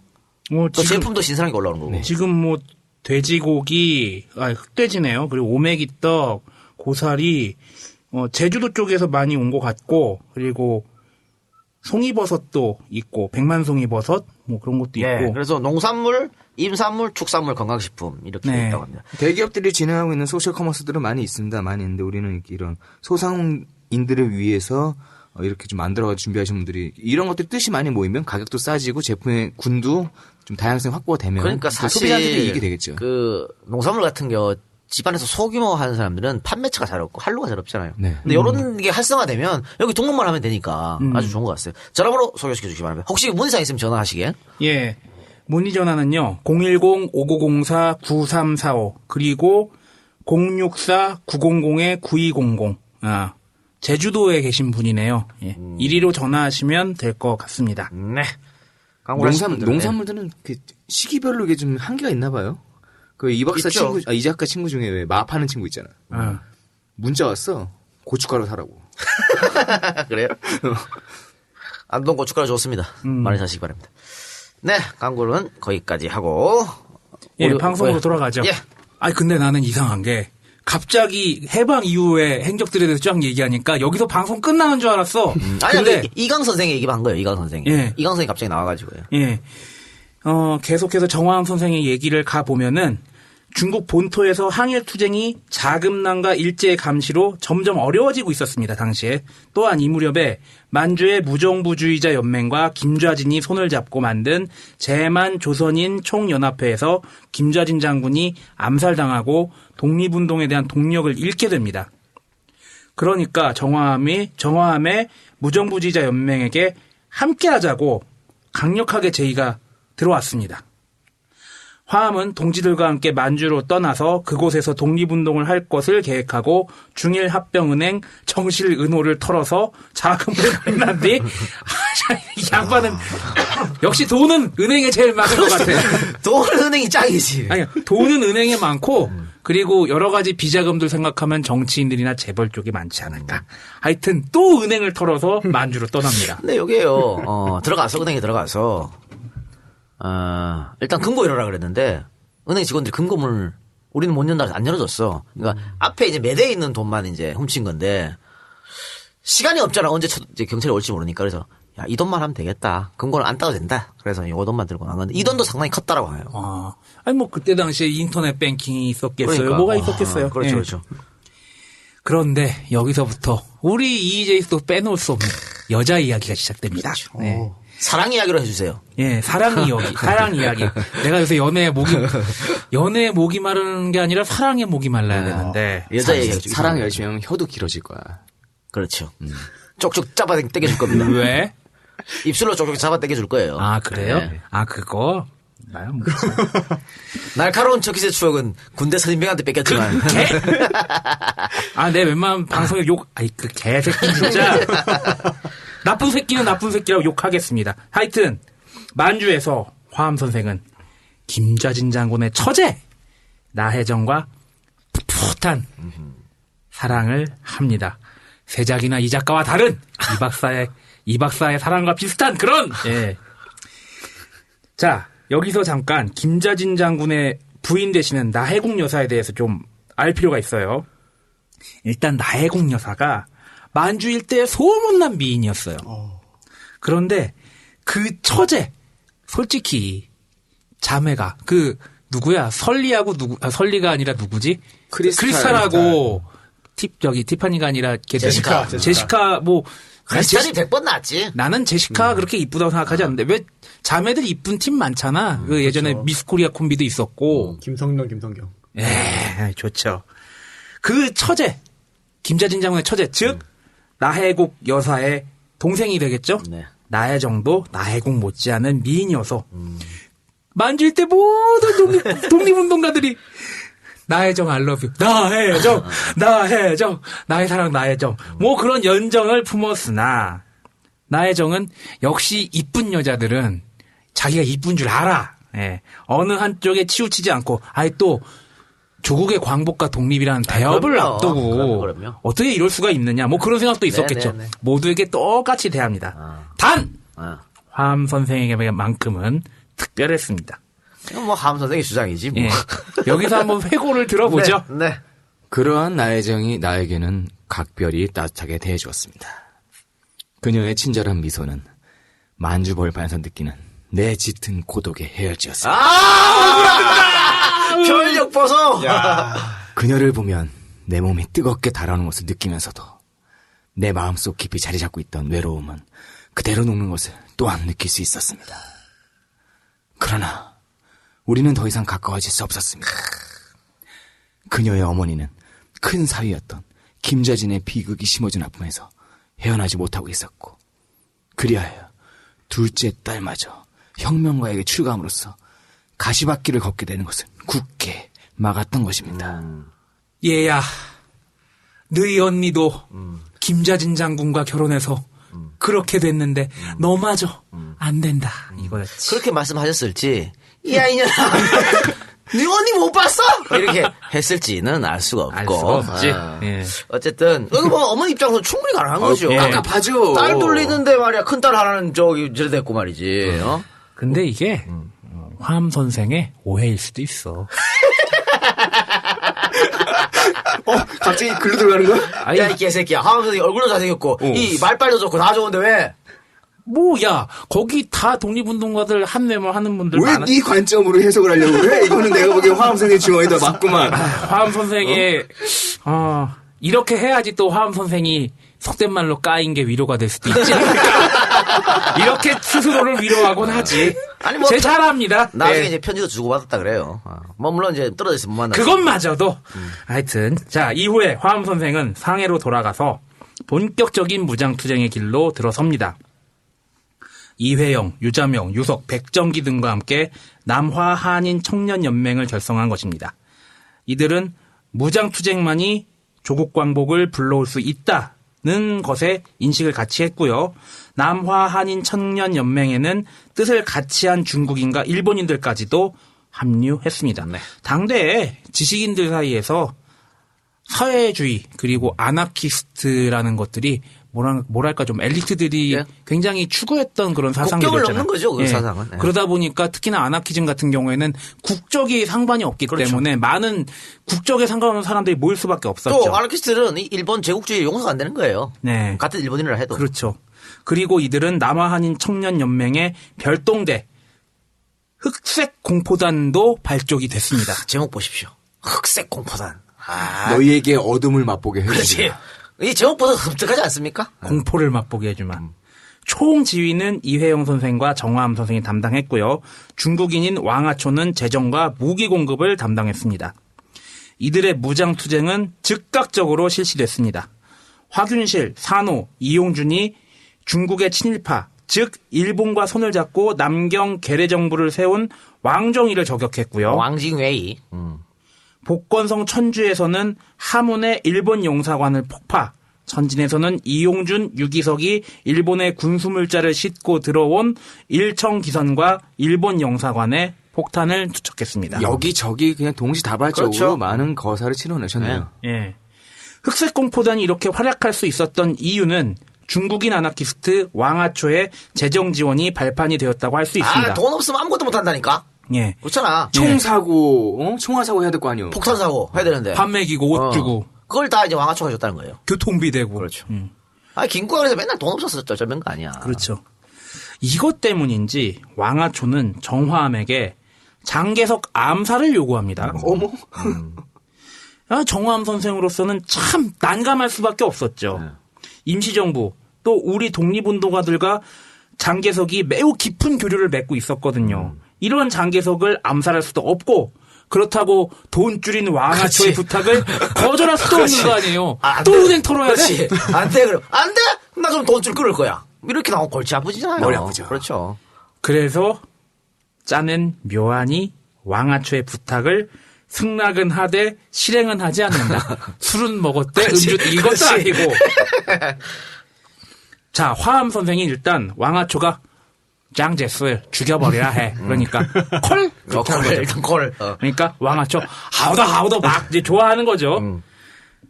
그렇게 하면서 왕하초는 암살 실행자는 백정기가 되어야 된다고 주장을 했습니다. 왜? 백정기가 그만큼 뛰어났다는 거예요. 앞에서 내용 들으셨으면 아시겠지만 백정기 선생이 개입하지 않은 테러가 거의 테러라고 하면 안 되고 의거가 거의 없었어요. 그래서 기술자. 예. 왕하초가 백정기를 콕 집어서 일단 쟤를 좀 해줘. 이렇게 하는 거지. 화암은 백정기에게 사정을 설명합니다. 아, 이거 장개석 암살하면 야, 우리 깝깝하다, 그렇지. 이거. 족된다. 자, 그래서 이렇게 사정을 설명한 다음에 폭탄을 가지고 장개석이 쉬고 있는 노산에 갔다가 던지지는 말고 그냥 돌아와라 라고 일렀습니다. 가긴 가되 쏘진 마라. 그런데 화암 선생은 내심 불안했습니다. 왜냐? 백정기 선생이 일단 임무 맡으면 물불 안 가졌거든요. 그런 성품을 가지고 있었던 것을 화암 선생이 잘 알고 있었기 때문입니다. 화암 선생 불안했습니다. 그래서 양여주라는 분을 백정기와 동행을 시킵니다. 여차직하면은 안전핀 뽑고 던질락 하면 야 안전핀 다시 꼽아. 그렇지. 이렇게 말리게 하려고. 혼자 못 믿어. 진짜 장자씨를 죽일 수도 있어. 야, 저 새끼 진짜 죽을 수도 있는 놈이다. 네가 따라가서 말려라. 그렇지. 결국에 장개석 암살은 실패로 돌아갔습니다. 왕아초가 저 뭐야 이거 어떻게 된 거야 그렇게 얘기하니까 백정기는 아우 그 경비도 삼엄하고 어떻게 도저히 폭탄을 던질 수가 없었어요 라고 불러댔습니다. 그러나 백정기 선생은 정암에게 제가요 마음만 먹었으면 저격 폭탄 투척 충분히 할 수 있었어요. 그렇죠. 그걸 하지 말라고 라고 말했습니다. 당시 백정기가 만약에 장개석을 암살했다. 일단 장개석 읍죠. 중국 국민당 난리 났겠죠. 돈줄 끊었겠죠. 그럼 또 공산당에게 붙었을지도 모르고 온정이 공산당과 또 합작을 했을지도 모르고 여러 가지 역사에 물론 만약이란 건 없지만 동아시아 역사 판도가 바뀌었을 수도 있어요. 전체 역사가 바뀌었겠죠. 장개스가 그때 죽었으면. 네. 이렇게 훌륭한 문제였던 백정기. 정암은 백정기를 중히 쓰고 싶었습니다. 1932년 4월 29일 히로히토 일왕의 생일인 천장절 기념식이 상해에서 예정되어 있었습니다. 남아한인 청년연맹은 이 정보를 미리 입수하고 어떤 일이 있더라도 이 기념식에 참석하는 일본 군부 요인들을 폭발시킨다는 계획을 수립해 나갔습니다. 남아한인 연맹은 이 기념식에 참석하는 참석자 명단까지 미리 손에다 넣었습니다. 이 이야기 들은 백정기는 화암이 일을 맡기기 전에 이거는 내가 할 일입니다. 이거는 꼭 내가 해야 됩니다. 같은 시각에 김구의 한인 애국단도 이 정보를 입수, 거사를 계획합니다. 김구는 남아한인연맹도 이 행사에 의거를 할 것이라고 판단. 김호연을 시켜 정암이 이 거사를 계획하고 있는지 없는지를 탐문했습니다. 이거 참 안타까운 거예요. 우리끼리도 확인해야 되는 거. 아니, 왜냐면 이건 너무 중요한 일이었기 때문에 미리 새나갈 수도, 정보가 미리 새나갈 수도 있고, 뭐, 그래서 이제 확인한 건데, 일단, 백정기 선생이, 이제 정암 선생이 이렇게 계획을 잡으니까, 이거 꼭 내가 해야 돼! 굉장히 흥분했다 그래요. 그치. 야, 왔어. 이건 내 거야, 씨발. 딴 놈 좀 너 죽는다. 그치. 이거 무조건 내가 해야 된다? 왔어. 이 판돈 이거 내 거야. 그렇지.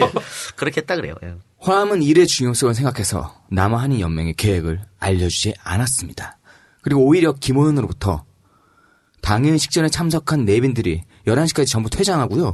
그 뒤에는 군인들과 고관들만 남게 되어 한인 애국단의 거사 시간은 그때입니다. 라는 말을 듣게 되었습니다. 이에 화암은 자신들의 거사 시간을 10시로 앞당깁니다. 그러나 결과적으로 윤봉기는 성공을 했고 백정기는 실패했습니다. 그러니까 지금 이게 윤의사가 홍콩 공원에 폭탄 던진 그 얘기입니다. 그러니까 똑같이 남아한인연맹도 계획을 수립했던 거예요. 계획을 수립해서 김구는 이제 윤봉기를 보낸 거고 하암 선생은 백정기를 보낸 거죠. 그런데 윤봉기는 성공했잖아. 그렇지. 이건 실패했던 역사의 근데 이야기죠. 백정기는 실패했습니다. 그럼 자, 왜 실패했는지 정암 선생의 말을 들어봅시다. 나는 백범 선생보다 조금 더 치밀하게 꾸민다고 하다가 실패했어요. 즉 전쟁 끝에 치르는 천장절 기념식이니까 외놈들이 경계를 엄히 할 터인즉 어떻게 해서라도 공식 출입증을 얻어서 백정기를 꼭 입장시키자라고 생각했던 것이지요. 이게 뭐냐면요. 이게 이제 이 박사 스타일이야. 존나 계획을 다 잡아가지고 다. 근데 그게 돼? 씨발 안 되지? 백범 선생은 어떻게 했냐? 이 작가 일단 다시 일단 들어가. 야, 이 작가 일단 가! 나한테 늘 하는 얘기 다시 한번 얘기해 봐. 씨발 도로가 부러지니까 어떻게 다니냐 씨. 아우, 지난주에 술 먹다가 이 작가가 갈구는데 넌 개새끼야? 그러면 평생 차 못 산다? 계속 말뚝 스포티지 끌고 다녀라 그러더라고. 질러야 돼 뭐든지. 그러니까 백범 선생은 야 그냥 일본 옷 입고 가. 네 일본인 사람인 줄 아니까 통화시켜줄 거야 이거고. 정함 선생은 아니야 이거 중요한 날이야. 설계를 잘 짜야 그렇지. 돼. 출입증이 필요해. 선거 짠 거예요. 딴딴딴딴딴딴 이거 짜려고 하신 거지. 그래서 실패한 거야. 약간 김대중 대통령과 그렇지. 김용삼 그런 차이예요. 네, 차이와 예. 자, 그러면 공식 출입증은 어디에서 얻는 건가? 상해 일본 총영사관에서 얻어야죠. 이게 너무 FM이다. 네. 이걸 얻으려고 무진장 애를 썼어요. 왕아초 만나서 부탁했더니 일본 총영사관에 아는 사람이 있으니 걱정 말라 해. 라는 겁니다. 그래도 확실하게 하려고 화균실에게도 부탁을 했더니 걱정 말라 해. 똑같이 대답을 하더라고요. 뗀 놈들한테 책임지지 못할 말을 막 던지고 있어. 그러나 운명의 4월 29일 아침이 되고 10시가 돼도 이게 옵니까? 안 오는 거예요. 그럼 일단 갔어야지. 아니 거기다가 이날 아침부터 비가 억수같이 쏟아져요. 조금만 오모타임 하면서 폭탄을 갖고 안달복달하는 백정기를 아유 야 안달복달 이거 던져야 돼. 하지마 이거. 그렇지. 좀만 기다려봐. 나 씨발 갈래. 아니야 기다려. 티켓 놓고 나 포켓 기다려. 던져 갈래. 다 필요 없어 씨발. 갈 거야. 나 그렇지. 갈 거야. 아유 하지마. 출입증 올 거야. 나 갈 거야. 여기서 패스 온다고. 그렇죠. 그러고 있는데 일본인 종군 기자가 갑자기 비를 맞고 막 뛰어오면서 니네들 성공했다! 라는 거예요. 이게 뭔 소리요? 아니, 나인데. 뭔 성공을 했어요? 그랬더니, 터졌어! 뭐냐. 상해방면 최고사령관 시라카와 요시노리 대장은 폭사했고, 제3함대 사령관 노무라 기츠사부로는 눈알이 빠지고, 제9사단장 우에다 겐기치와 중국 주재 일본공사 그 유명한 시게미스 마모루 등이 중상을 입고 큰 난리가 터졌는데 실행자가 거기서 붙들려 갔다. 내가 거기까지 보고 달려왔다라는 겁니다. 근데 이 사람 일본 아니에요? 이 친구 당시에 정호암 선생의 발언을 계속 들어보면요. 기록을 계속 보면요. 이 일본인 종군 기자가 일본인이면서도 은근히 우리 계획을 눈치채고 성공해 라고 바랐던 사람입니다. 그래서 그 거사가 우리의 작품인 것으로 알고 콩그레츄레이션 해준다고 뛰어왔던 건데 그 친구뿐만 아니라 남아구락부 청년들은 물론이고 심지어 백범의 아들까지도 남아구락부 우리가 한 것으로 다 알고 있었다고 해요. 그건 그만큼 유명했으니까. 네. 그래서 안타까움을 표시한 건데요. 요 중간에 익숙한 이름이 나오네요. 시게미스 마모루. 이봐 시게미스. 롯데 특집에 나온 것이죠. 네. 그러니까 롯데의 그 신격호 회장의 두 번째 부인, 일본인 부인, 시게미스 사츠코 여사. 이 집안이다라고 롯데 특집에서 얘기하지 않았습니까? 근데 롯데가 공식적으로 아니다라고 밝혔습니다. 근데 기간 동안 왜 오랜 시간 동안 거기에 대해서 언급 안 하죠? 그러니까 씨발금 내가 거짓말하게 된 건가? 에? 아니잖아. 자, 그러니까 이 얘기가 언제 나왔냐면 1998년도에 중앙일보 기자 출신인가 그분이 이제 네, 신격호를 파면서 이걸 처음 나왔다. 지금 오늘 그렇게 나오고 있지 않습니까? 네. 근데 말이죠. 우리 아버지가 롯데 입사한 게 1980년대 초반입니다. 내가 언제 들었을 것 같아? 그때 들었어요. 아버지를 통해서. 뭐냐? 80년대 초반에도 이 얘기가 쫙 퍼졌고 재계 일각에서는 다 당연히 그건 줄 알았어. 그러면 3, 40년 동안 계속 이걸로 신격호가 공격받았는데 지금까지 한 번이라도 얘기 아니라고 한 적 있어요? 없어. 그러다가 지금 엄청난 공격을 받으니까 이것 때문에 무슨 일본 기업이네 어떤 하니까 지금 와가지고 아니라고. 그 전까지는 일본 기업이다 뭐 이런 거에 대해서는 정설적으로 없었어요. 안 받았잖아요. 어떤 언론에도 정정보고 신청한 거 아무것도 없어. 근데 지금 와서 이렇게 말하면서 기자들한테 뭐라 했냐면 기자들이 아마 크로스체크 하려고 안 될 것이라고 그랬어. 뭔 말이야 이게? 니들이 확인하려고 해도 안 된다는 거야. 우리가 얘기해 줄 것 같아. 아니지. 그러니까 그 기록을 자기들이 다 없앴든 거 어쨌든 간에 우리가 얘기해 줄 것 같아? 그 얘기예요. 근데 못 찾을 걸 이거지. 그거 빙고. 내가 일본 갈라 했다니까 그래서. 시게미스 집을 한번 털라고 갈라 했더만. 하여튼 크로스체크 안 된다니까 믿고 안 가기로 했습니다만은 제가 봤을 때는 이것은 그냥 지금 확인 안 되기 때문에 이렇게 던진 변명일 뿐이다라고 생각합니다. 안 그러면 몇십 년 동안 이렇게 가만히 있었을 수가 없어요, 그거는. 그리고 시게미스의 성이 시게미스 마모루고 이제 이 여사가 시게미스 갔을 거잖아. 근데 원래 시게미스가 아니고 다케모리였다. 그렇기 때문에 시게미스 가문이 아니다 그러는데요. 외가 쪽이란 말이야. 시게미스 마모루하고 외가 쪽 성을 왜 따나? 그러니까 성은 아무런 상관이 없어요. 그러니까 그런 롯데에서 그런 변명을 했는데 성이 다케모리고 시게미스니까 같은 집 아니다 말했는데 그건 말이 안 되는 거야. 왜 외가 쪽 집안인데 왜 성을 따? 뭔 상관 있어? 딸내미인데. 네. 그건 말이 안 되는 겁니다. 어쨌든 시게미스 집안일 가능성이 높다는 게 이 작가의 생각입니까? 롯데 측에서 아니라고 생각하시면 저한테 고발하시기 바랍니다. 네가 고발에 목을 맸구나. 법정에서 다투어보자. 자, 지금 얘기한 대로 일본인 종군 기자, 남아그룹의 청년들, 그리고 심지어 백범의 아들까지도 남아그룹가 한 걸로 알고 있었습니다. 반면에 입장권 준비를 아예 하지 않았던 패스? 난 잘 모르겠어요. 선생님한테 다녀온다고 했으니까 우리 윤봉길 의사는 유창한 일본어로 경비병들을 속여서 행사장에 입장을 하고 거사를 성공시켰습니다. 니혼진 데스까? 니혼진 데스. 출입증 필요 없어. 그래서 폭탄을 던진 겁니다. 자, 거사에 실패한 정함은 낙담했습니다만 이내 백범과 윤봉길의 의거를 윤봉길 의사의 의거는 임시정부를 살리는 엄청난 의거이다 라면서 극찬을 했습니다. 얼핏 보면 화암이 백범을 의식한 듯 보이지만 왜냐하면 뭐 우리도 준비하고 있다 이런 말도 안 해줬고 또 실패하고 나서 낙담했으니까. 그러나 화암은 백범을 진정한 스승으로 이겼고 그의 사상을 존중했습니다. 화암의 자서전과 인터뷰집에는 백범에 대한 상찬이 끊이질 않는데 뭐든 솔직히 이야기하는 화암의 성격상 그는 진정으로 백범을 존경하고 있는 듯 합니다. 경쟁과 시기의 대상이 아니었단 말씀이시죠? 그렇죠. 같은 이게 경쟁이 쟤를 죽이려고 하는 경쟁이 아니고 선의의 경쟁인 것이죠. 독립을 위한 그런 거였기 때문에. 그러면서도 한편으로 존중하고. 저는 이거를 야당이 좀 잘 들어야 된다고 생각을 해요. 그럼요. 공동의 목적을 가지고 있으면 경쟁을 할 때 하더라도 좋은 걸로 경쟁을 해야지. 그리고 동지의식을 가지고 공동의 목표를 향해서 가야 되는데 이런 것들은 역사가 가르쳐주는 교훈이 꽤 그렇죠. 크네요. 또 서로 존중하고 말이죠. 협력할 땐 협력하고.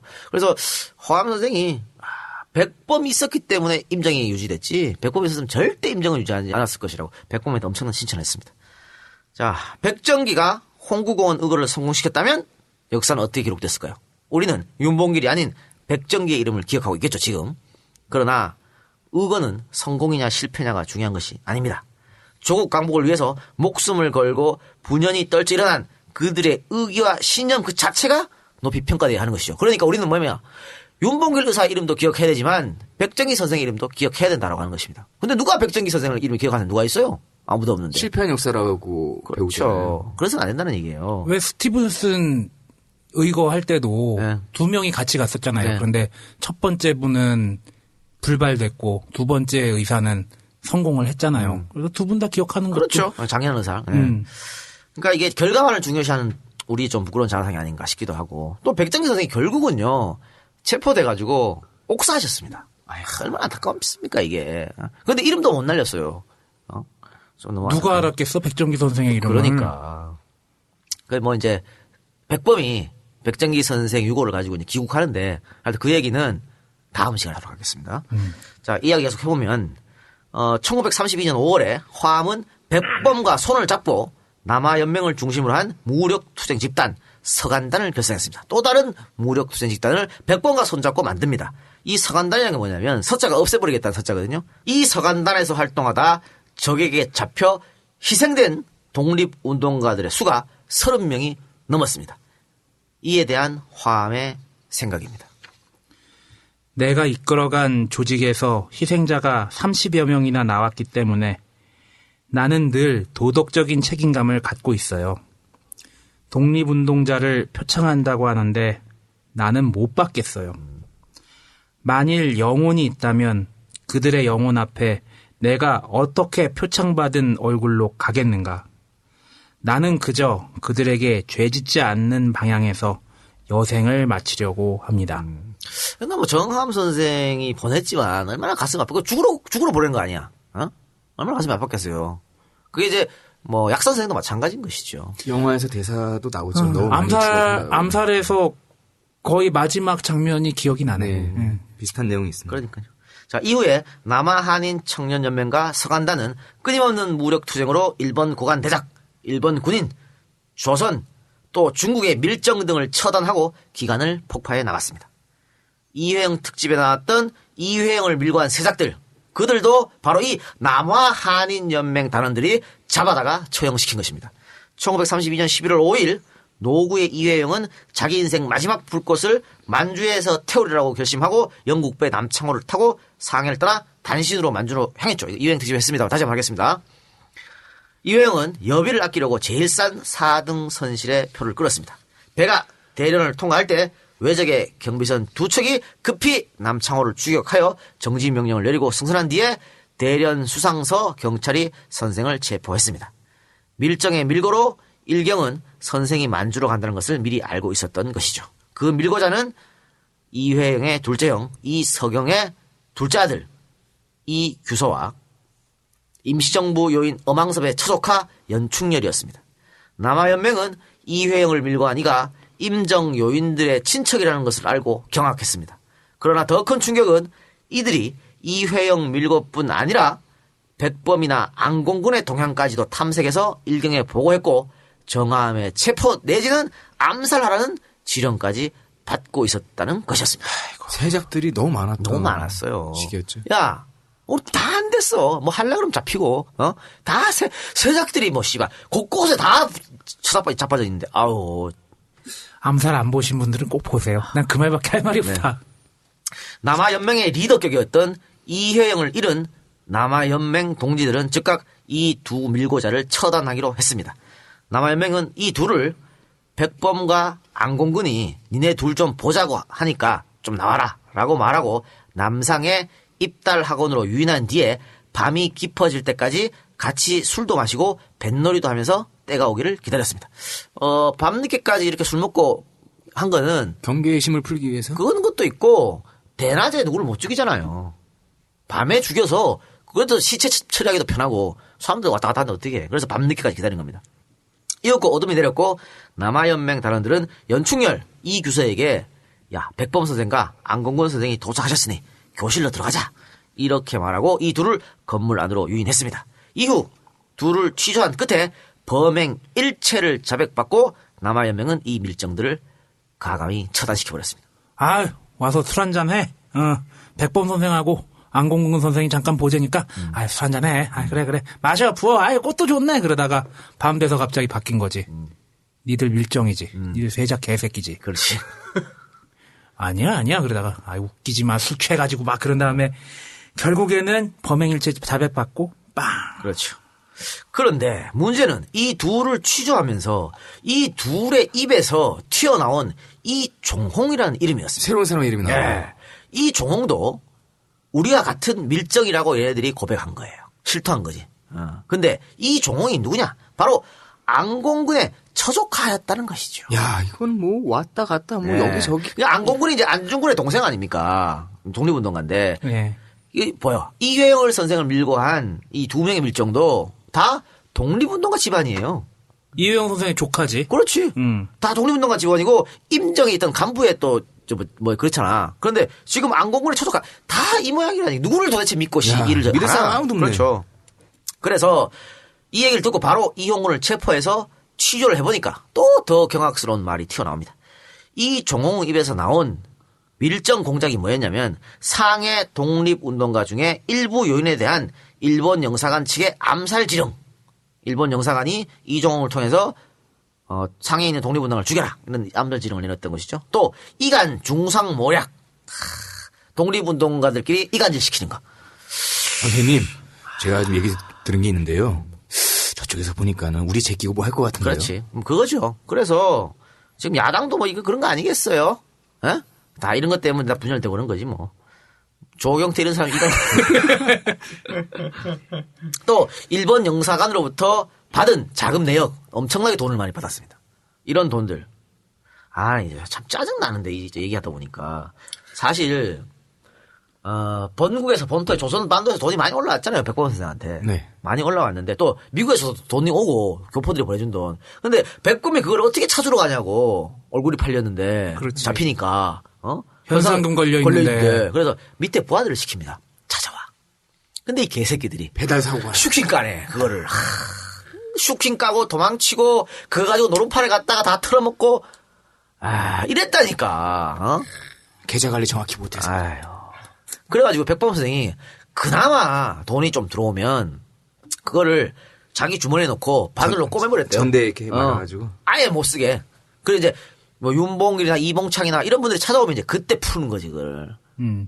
그러니까 이강 선생이 돈 빌려달라고 할 때 안 주시면 안 돼. 이해가 갑니까? 얼마나 돈에 사무쳤겠어. 자, 안공근은 창피스러운 일이니까 아무도 모르게 해치우자. 자기 또 친척이 이렇게 되면 얼마나 정신없는 일입니까? 그렇게 말했고 남아연맹은 이규서 연충녀를 처단한 입달학원에서 세작 이종홍을 처단했습니다. 그러나 이종홍 처단은 시간이 부족해서 밤에 못하고 낮에 했어. 아까 밤에 해야 된다며. 그러니까 그 낮에 한 관계로 시체 처리를 못하네.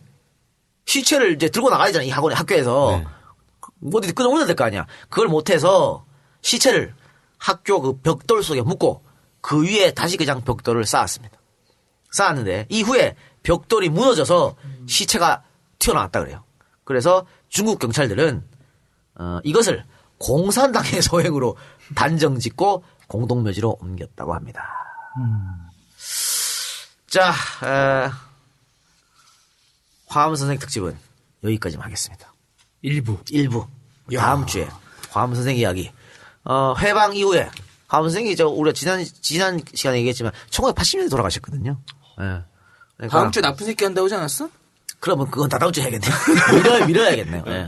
그래서 이제 이분이 이제 해방 후에 어떻게 정치 활동을 하셨는지 또 박정희한테 어떻게 대항하셨는지 독립운동은 고장이 남아있으니까 삼성기한 반대하고 막 그랬거든요. 그 이야기를 해보도록 하겠습니다. 다음 주도 재밌겠네요. 아이고 재밌죠. 독립운동가. 또 독립운동가 얘기는 재미로만 들을 수는 없는 거 아니야. 교훈이 있는 것이고. 그렇지 않습니까? 그렇죠. 손수호 변호사께서 옆에서 방청해 보시니까 어떠세요? 네, 굉장히 재밌고요. 지금도 기억에 아주 제일 남는 거는 그 기생 대리가 넘어갈 때 그 비장한 마음도 있었겠지만 또 나름의 또 즐거움도 있지 않았겠어요. H마담 얘기해. 그래. 자 그러면 엔젤푸딩 소개해 주셔서 오늘 방송 마치겠습니다. 제공 이창화, 짱가, 박한별, 송주혜, 골드문트 참치군, 조지윤, 김성철, 라만차, 박주희, 임미선, 남상호, 신민승, 마르티네손, 권형미 이상입니다. 감사합니다. 감사합니다. 고맙습니다.